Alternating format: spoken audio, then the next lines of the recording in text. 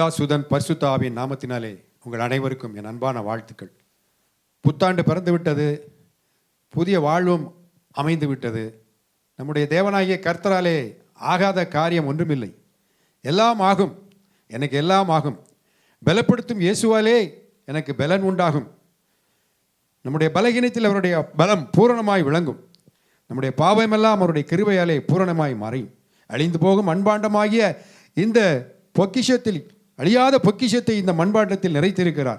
வெறுமையான பாத்திரத்தை அவருடைய அபிஷேகத்தால் நிறைத்திருக்கிறார். நமக்கு ஜீவன் தந்திருக்கிறார்.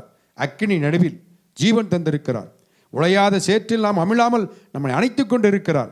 அவருடைய இரத்தத்தாலே நம்மை கழுவி இருக்கிறார். அவருடைய இரக்கத்தாலே நம்மளை காத்து கொண்டு இருக்கிறார். அவருடைய தழும்புகளால் நாம் குணமாகி இருக்கிறோம். நம்மையே அவருக்கு அர்ப்பணிப்போமா? அவருடைய உயிரை நமக்கு ஈந்ததினால் நம்முடைய உயிரையும் அவருக்கு தந்திடுவோம். ஏற்றுக்கொள்வீர், ஏந்திடுவீர், தாங்கிடுவீர், என்னை தப்புவிப்பீர் என்று ஒரு பாடலை பாடி செய்திக்கு கடந்து போவோமா?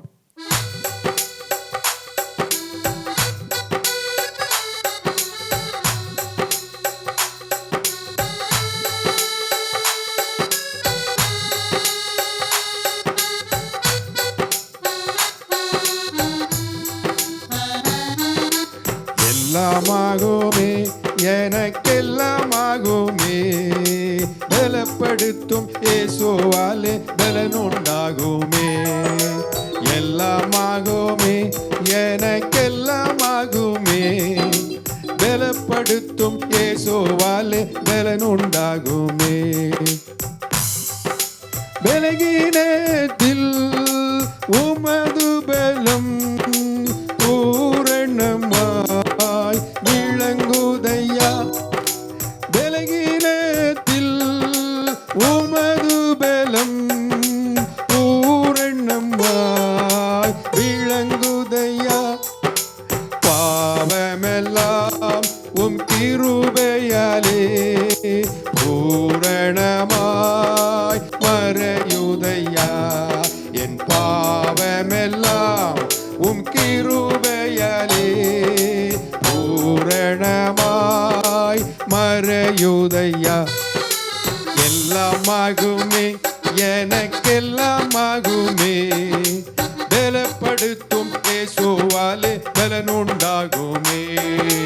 எல்லாமாகுமே, எனக்கெல்லாமாகுமே, பலப்படுத்தும் இயேசுவாலே பலனுண்டாகுமே.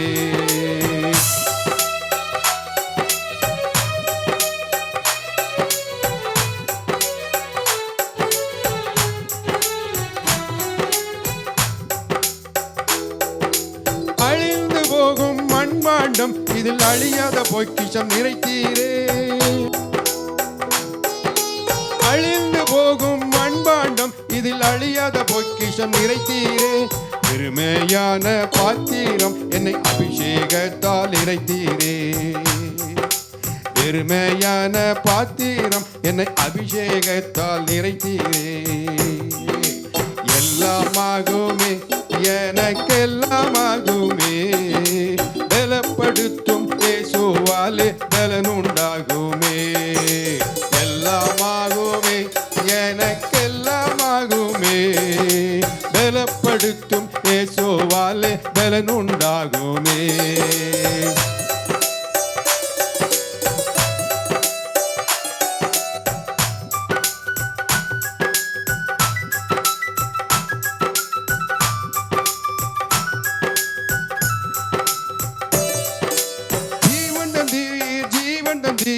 அக்கினி நடுவில் ஜீவன் தந்தீர், ஜீவன் தந்தீர், ஜீவன் தந்தீர்.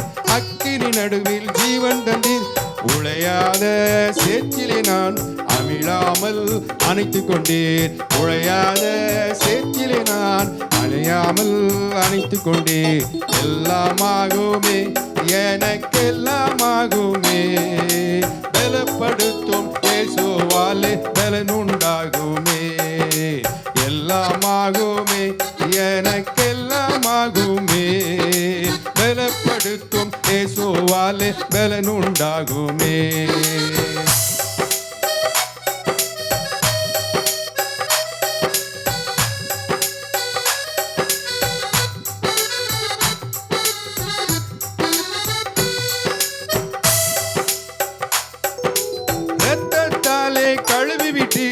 இரக்கத்தாலே காத்து கொண்டீர், உம் இரத்தத்தாலே கழுவிட்டீர், உம் இரக்கத்தாலே காத்து கொண்டீர், உம் தழும்புகளால் நான் குணமானேன், என்னையே உமக்கு அர்ப்பணிப்பேன், உம் தழும்புகளால் நான் குணமானேன், என்னையே உமக்கு அர்ப்பணிப்பேன்.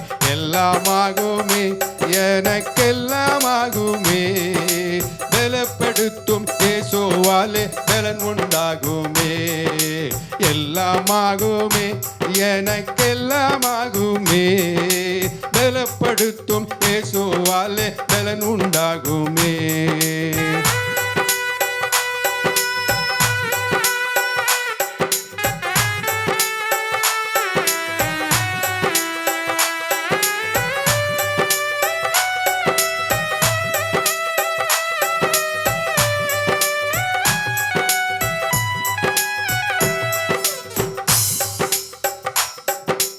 உந்தன் உயிரை ஈந்ததினால் எந்தன் உயிரையும் தந்திடுவேன், உந்தன் உயிரை ஈந்ததினால் எந்தன் உயிரையும் தந்திடுவேன்.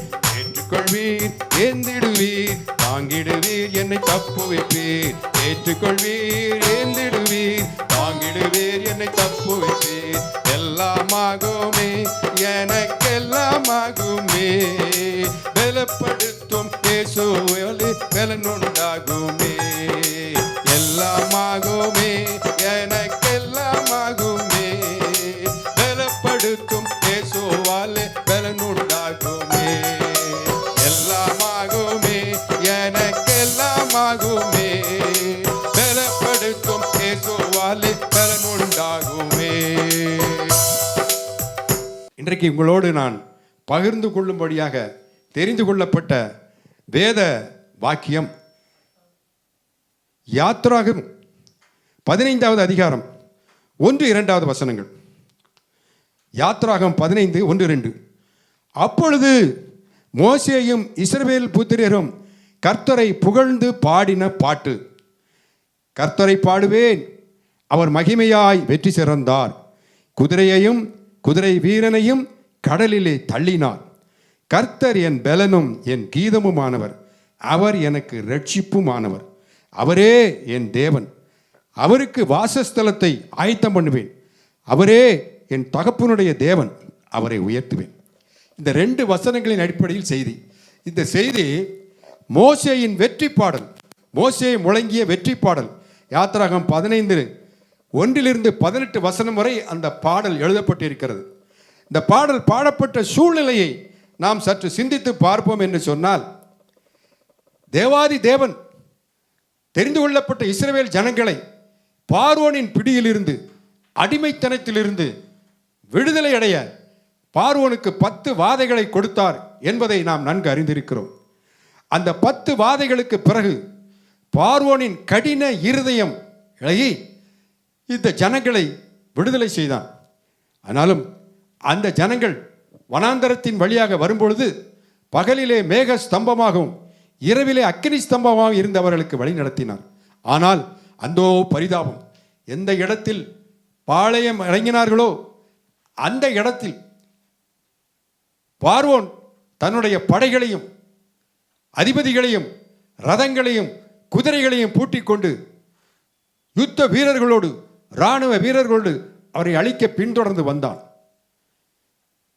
என்ன செய்வது என்று தவித்துக் கொண்டிருந்த அந்த இஸ்ரவேல் மக்கள், முற்பக்கம் செங்கடல், பின்னாலே பார்வோனுடைய படைகள், ஐயோ அழிந்து போனோமே என்று கதறி அழுதார்கள். கர்த்தரை நோக்கி விண்ணப்பம் பண்ணினார்கள். நான் ஆண்டவர் சொன்னார், மோசே உன் கையை நீட்டு, உன் கையை கோலை சமுத்திரத்தில் அடி என்று சொன்னவுடன் அவன் அடிபணிந்தான். அந்த செங்கடல் 2ஆக பிளந்தது, வழி பிறந்தது. வழி பிறந்த பின்பாக அவர்கள் அதன் வழியாக சென்றார்கள். அந்த எகிப்தின் பார்வோனின் படைகளும் இவர்களை பின்தொடர்ந்து அழிக்க வந்தார்கள். ஆனால் கர்த்தர் அந்த செங்கடலை திரும்பவும் மூடிவிட்டார். 2 மதில் சுவராக பிரிந்து நின்ற அந்த செங்கடல் மீண்டும் ஒன்று சேர்ந்து அந்த பார்வோன் படைகளை அவிழ்த்து போட்டது.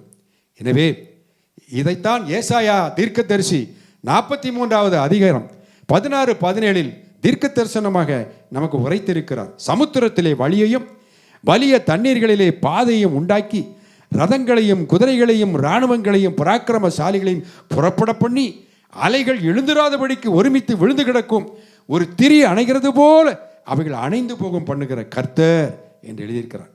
வழி கொடுக்கும் தேவன், மீட்பின் தேவன், நம்மை ரட்சிக்கும் தேவன், நம்மை வாழ வைக்கும் தேவன். எனவே இன்று நாம் இப்படிப்பட்ட சூழ்நிலையை நாம் சந்தித்திருக்கிறோமா? கவலைப்படாதீர்கள். தேவன் நமக்கு வழி கொடுப்பார், நமக்கு மீட்பளிப்பார். சங்கீதம் 139 5வது வசனத்தை வாசித்து பாருங்கள். முற்புறத்திலும் பிற்புறத்திலும் நீர் என்னை நெருக்கி உமது கரத்தை என் மேல் வைக்கிறீர். ரெண்டு பக்கமும் நமக்கு நெருக்கம், முன்னாலேயும் நெருக்கம், பின்னாலேயும்.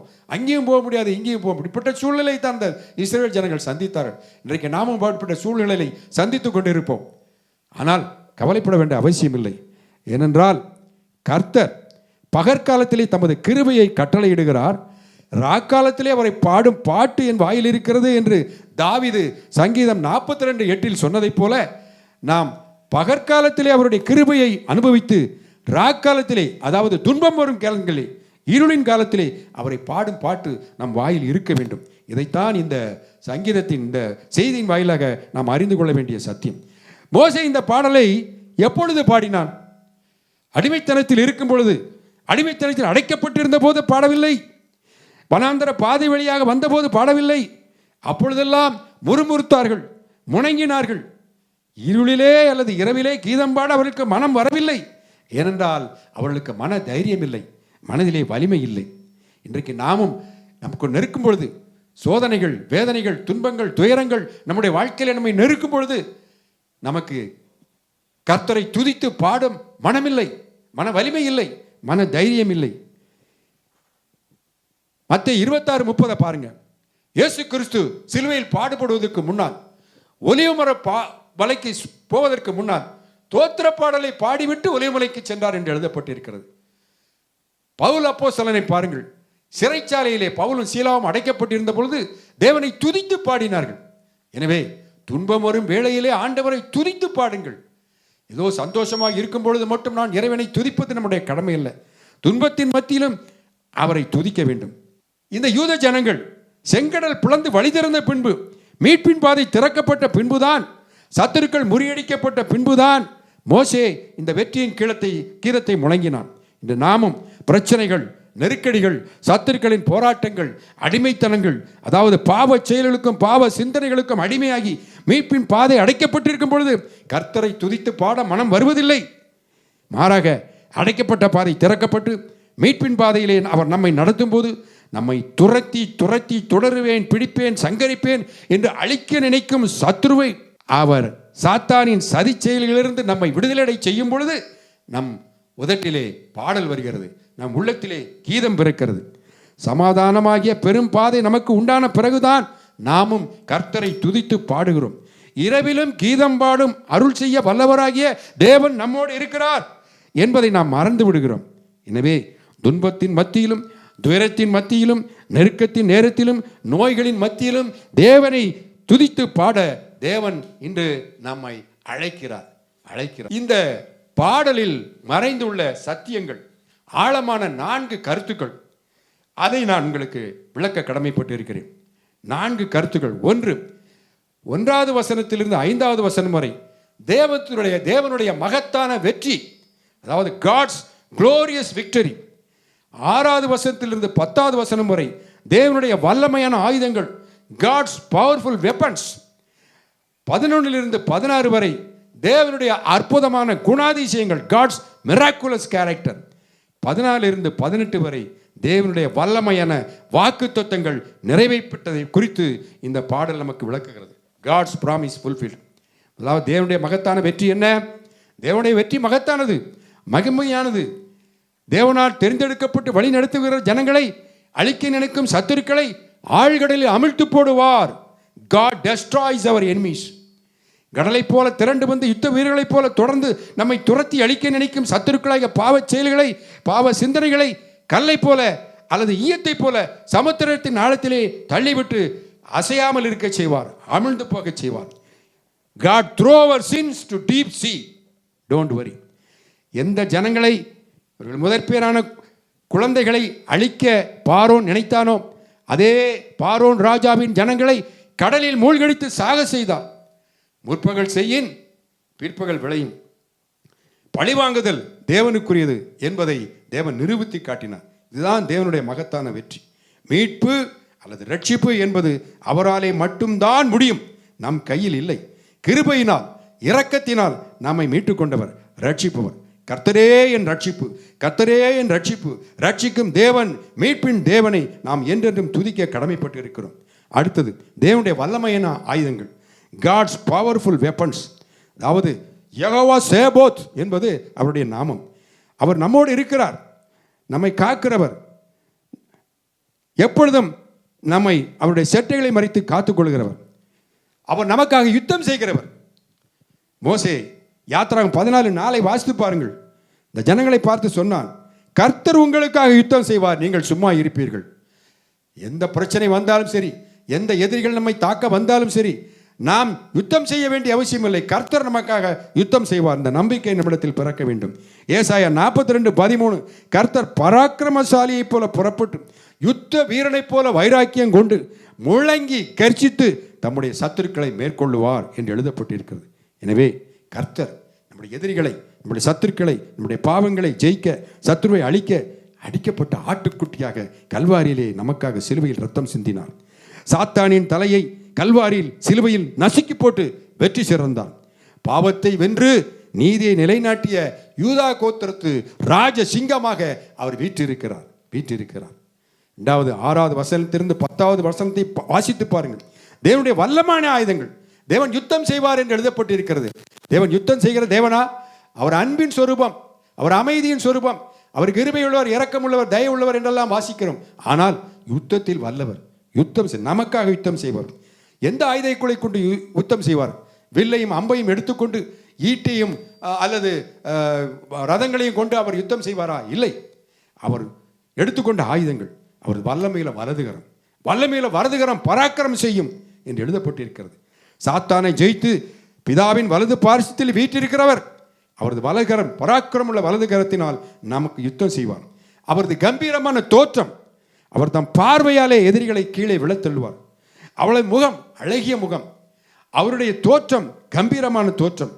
புறா கண்களைப் போல அவருடைய கண்கள் இருக்கிறது என்று உன்னத பாட்டில் நாம் வாசிக்கிறோம். ஒரு தோற்றத்தை குறித்து உன்னத பாட்டிலே மிக தெளிவாக எழுதப்பட்டு, இந்த தோற்றமே அந்த எதிரிகளை முறியடிக்கும்.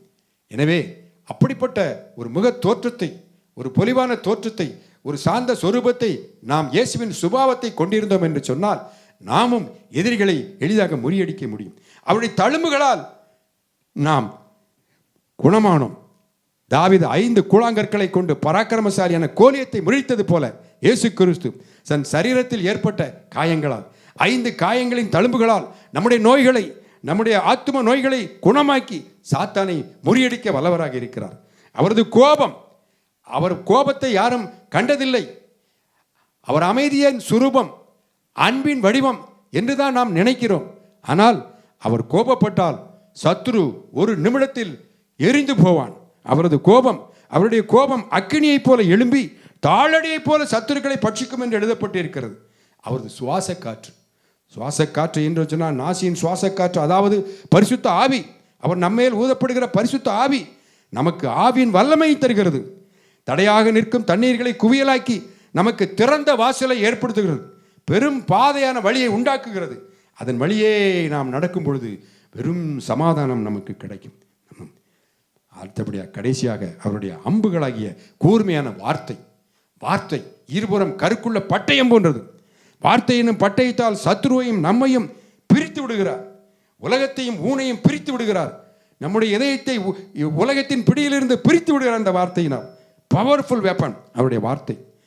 அன்று அந்த வனாந்தரத்திலே அவர் சோதிக்கப்படும் பொழுது சாத்தானை வார்த்தையினால் ஜெயித்தார். மனிதன் அப்பத்தினால் மட்டுமல்ல, தேவனுடைய ஒவ்வொரு வார்த்தையினால் வாழுகிறான் என்று ஒரு சொல்லினாலே சாத்தான் பின்வாங்கி போனான். அது மட்டுமல்ல, உன் தேவனாகிய கர்த்தரை நீ சோதிக்காதே என்று சொல்லி சாத்தானை மடங்கடித்தார்.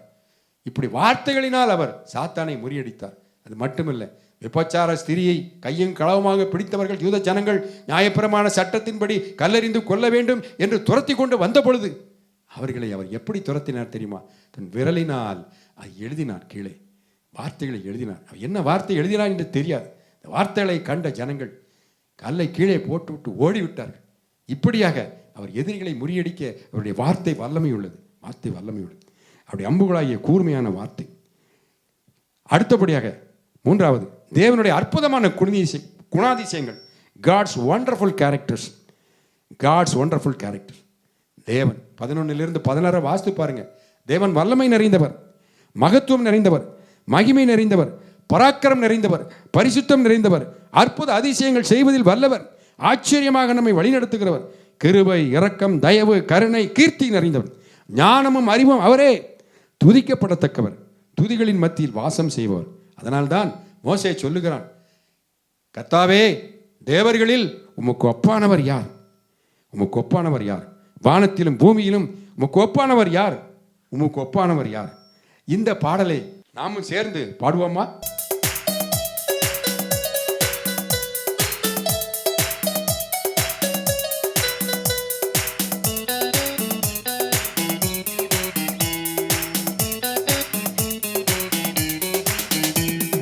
கர்த்தாவே, தேவர்களில் உமக்கொப்பானவர் யார்? வானத்திலும் பூமியிலும் உமக்கொப்பானவர் யார்? கர்த்தாவே, தேவர்களில் உமக்கொப்பானவர் யார்? வானத்திலும் பூமியிலும் உமக்கொப்பானவர் யார்? உமக்கொப்பானவர் யார்? உமக்கொப்பானவர் யார்? வானத்திலும் பூமியிலும் உமக்கொப்பானவர் யார்? கர்த்தாவே, தேவர்களில் உமக்கொப்பானவர் யார்? வானத்திலும் பூமியிலும் உமக்கொப்பானவர் யார்?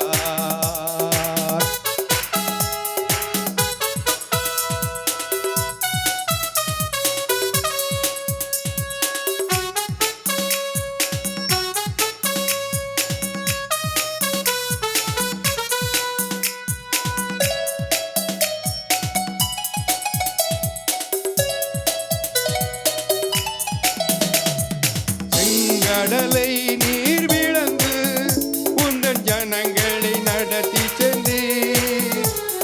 செங்கடலை நீர் விளந்து உந்தன் ஜனங்களை நடத்தி சென்றீர். நீர் நல்லவர், சர்வ வல்லவர்.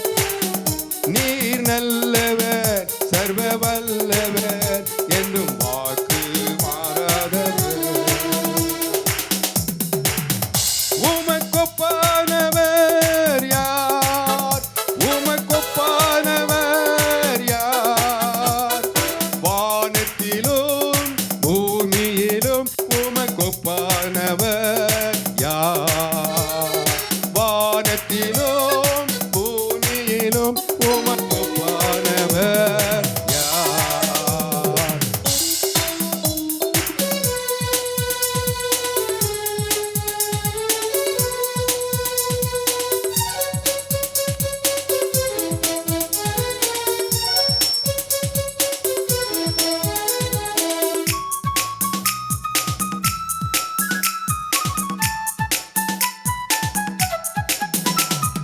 தூதர்கள் உண்ணும் உணவால் உந்தன் ஜனங்களை போஷித்தீரே.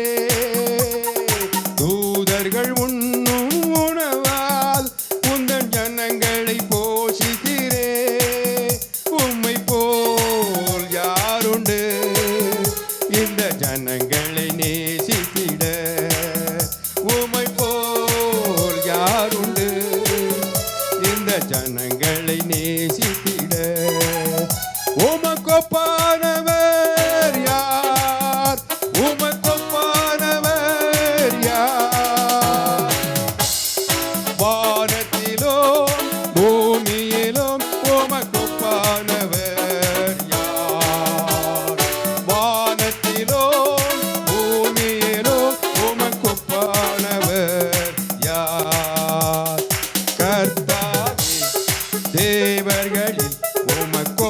ஒப்பானவர் யார்?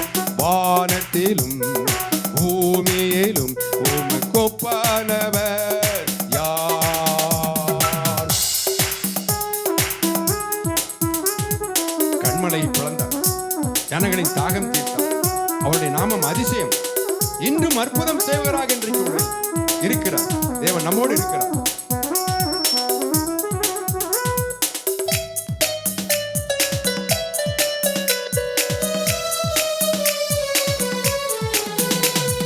கண்மலையை நீர் விளந்து உந்தன் ஜனங்களின் தாகம் தீர்த்தி. கண்மலையை நீர் விளந்து உந்தன் ஜனங்களின் தாகம் தீர்த்தி. உம் நாமம் அதிசயம், இன்றும் அற்புதம் செய்திடுவீர். உம் நாமம் அதிசயம், இன்றும் அற்புதம் செய்திடுவீர். உமக்கொப்பானவர் யார்? உமக்கொப்பானவர் யார்? வானத்திலும் பூமியிலும் உமக்கொப்பானவர் யார்? வானத்திலும் பூமியிலும் உமக்கொப்பானவர் யார்? கர்த்தாவே, தேவர்களில் உமக்கொப்பானவர் யார்? வானத்திலும் பூமியிலும் உமக்கொப்பானவர் யார்? அவருக்கு ஒப்பானவர் யாரும் இல்லை. வானத்திலும் பூமியிலும் அவருக்கு ஒப்பானவர் யாரும் இல்லை. எனவே நம்மை மீட்பின் பலனை அடைய செய்த தேவனாகிய கர்த்தர் அந்த இஸ்ரவேல் ஜனங்களை விடுதலை அடைய செய்த பிறகு அதனால் ஏற்படும் பலன்களை குறித்து யாத்திராகமம் 15:14 வாசித்து பாருங்கள் தயவு செய்து. இப்பொழுது வாசிக்க நேரம் இல்லை. ஆனால் அந்த வசனங்களில் என்ன எழுதப்பட்டு இருக்கிறது? இஸ்ரவேல் ஜனங்களின் மீட்பை கண்ட அந்நிய ஜனங்கள் தத்தளித்தார்கள். பெலிஸ்தியாவின் குடிகளை திகில் பிடித்தது. ஏதோமின் பிரபுக்கள் கலங்கினார்கள். மோவாவின் பராக்கிரமசாலிகளை நடுக்கம் பிடித்தது. கானானின் குடிகள் யாவரும் கரைந்து போனார்கள். ஆம், நம்முடைய ஜனங்கள் ரட்சிக்கப்படும் பொழுது, மீட்கப்படும் பொழுது நம்மை சுற்றியுள்ள புறஜாதி ஜனங்கள் அந்த அதிசயத்தை கண்டு, அந்த அற்புதத்தை கண்டு கலங்குவார்கள், நடுங்குவார்கள், திகிலடைவார்கள். நமக்கு கொடுக்கப்பட்டிருக்கிற வல்லமையும் ஆசீர்வாதங்களும் அவர்களுக்கு பயமும் திகிலையும் உண்டாக்கும். அவர் மீட்ட ஜனங்கள் இந்த உலகத்தை கடந்து போகும் வரை, இந்த உலகத்தை கடந்து கர்த்தர் அவருடைய வாசஸ்தலமாகிய பரலோக அரசுக்கு நம்மை அழைத்து சென்று நாட்டும் வரை அவர்களை அசைவுற விட மாட்டார். ஒரு பாடலை பாடி இந்த செய்தியை முடிப்போம். ஆம், மோசே பாடிய வெற்றி பாடல், வெற்றியின் கீதம். இதை நாமும் சேர்ந்து பாடுவோம்.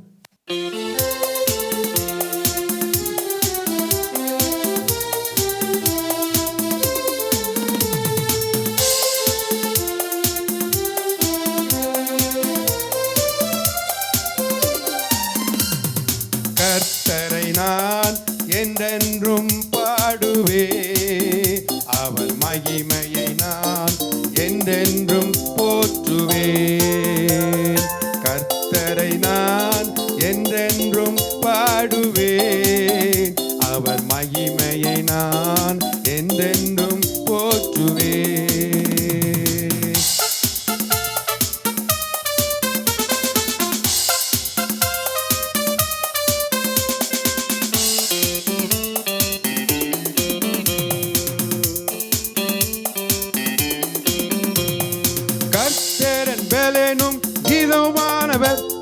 கர்த்தரே என்னை ரட்சிப்பவர், கர்த்தரன் பலனும் கீதமானவர். கர்த்தரே என்னை ரட்சிப்பவர், என் ஆண்டவர் தங்கி வாசம் செய்ய என் இதயத்தில் இடம் கொடுப்பேன்.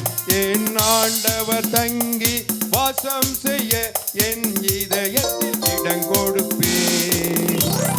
கர்த்தரை நான் என்றென்றும் பாடுவேன், அவர் மகிமையை நான் என்றென்றும் போற்றுவேன். கர்த்தரை நான் என்றென்றும் பாடுவேன்,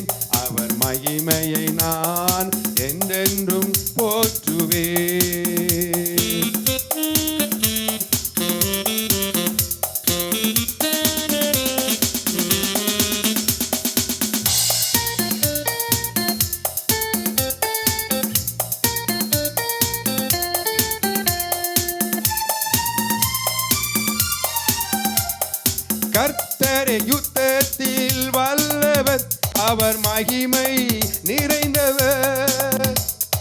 கர்த்தரை யுத்தத்தில் வல்லவர், அவர் மகிமை நிறைந்தவர். பார்வோனின் ரதங்களையோ பகைவனின் படைகளையோ, பார்வோனின் ரதங்களையோ நம் பகைவனின் படைகளையோ கடலிலே தள்ளி அழித்து போட்டார். கல்லை போல் ஆளி அமிழ்த்து போட்டார். கடலிலே தள்ளி அமிழ்த்து போட்டார். கல்லை போல் ஆளி அமிழ்த்து போட்டார். கர்த்தரை நான் என்றென்றும் பாடுவேன், அவர் மகிமையை நான் என்றென்றும் போற்றுவேன். கர்த்தரை நான் என்றென்றும் பாடுவேன், அவர் மகிமையை நான் என்றென்றும் போற்றுவேன்.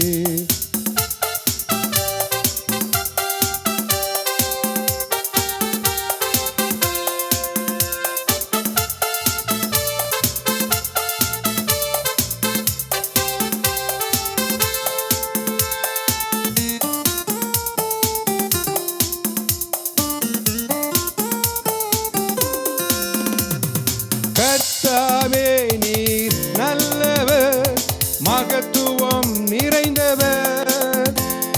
கர்த்தாவே நீர் நல்லவர், மகத்துவம் நிறைந்தவர்.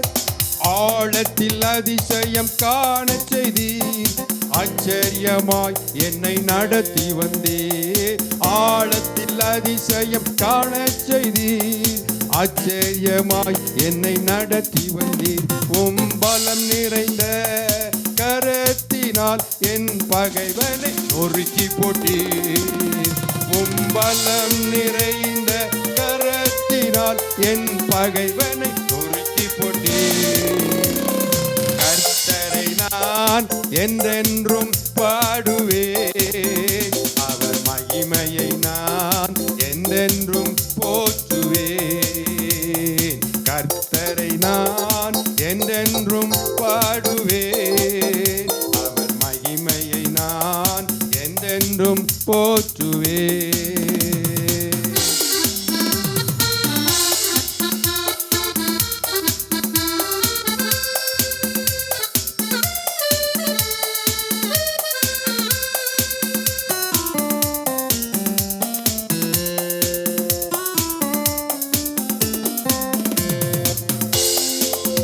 என்னை தொடருவேன், என்னை பிடிப்பேன், பட்டயத்தால் சங்கரிப்பேன். என்னை தொடருவேன், என்னை பிடிப்பேன், பட்டயத்தால் சங்கரிப்பேன் என்று பகைவனும் முழக்கமிட்டான். பலமாக முயற்சி செய்தான், என் பகைவனும் முழக்கமிட்டான். பலமாக முயற்சி செய்தார். நாசியின் சுவாச காற்றை வீச செய்தீர், நலமுடன் எங்களை மீட்டு கொண்டீர். நாசியின் காற்றை வீச செய்தீர், நலமுடன் எங்களை மீட்டு கொண்டீர். கர்த்தரை நான் என்றென்றும் பாடுவேன், அவர் மகிமையை நான் என்றென்றும் போற்றுவேன். கர்த்தரை நான் என்றென்றும் பாடுவேன், அவர் மகிமையை நான் என்றென்றும் போற்றுவேன்.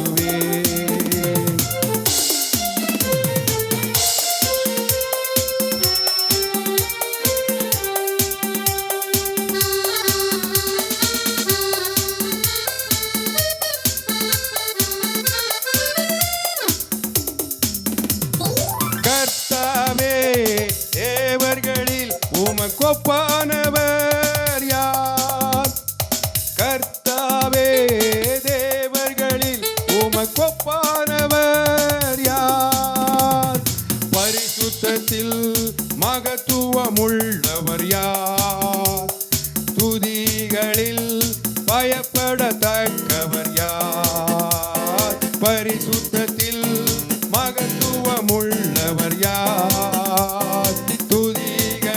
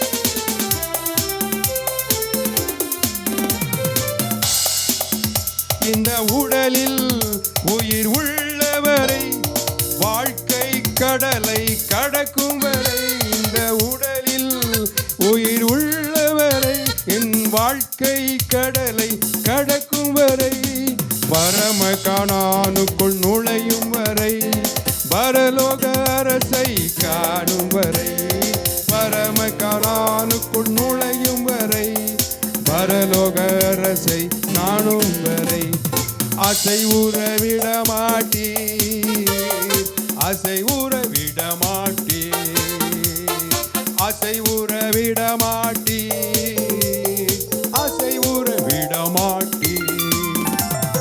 கர்த்தரை நான் என்றென்றும் பாடுவேன், அவர் மகிமையை நான் என்றென்றும் போற்றுவேன்.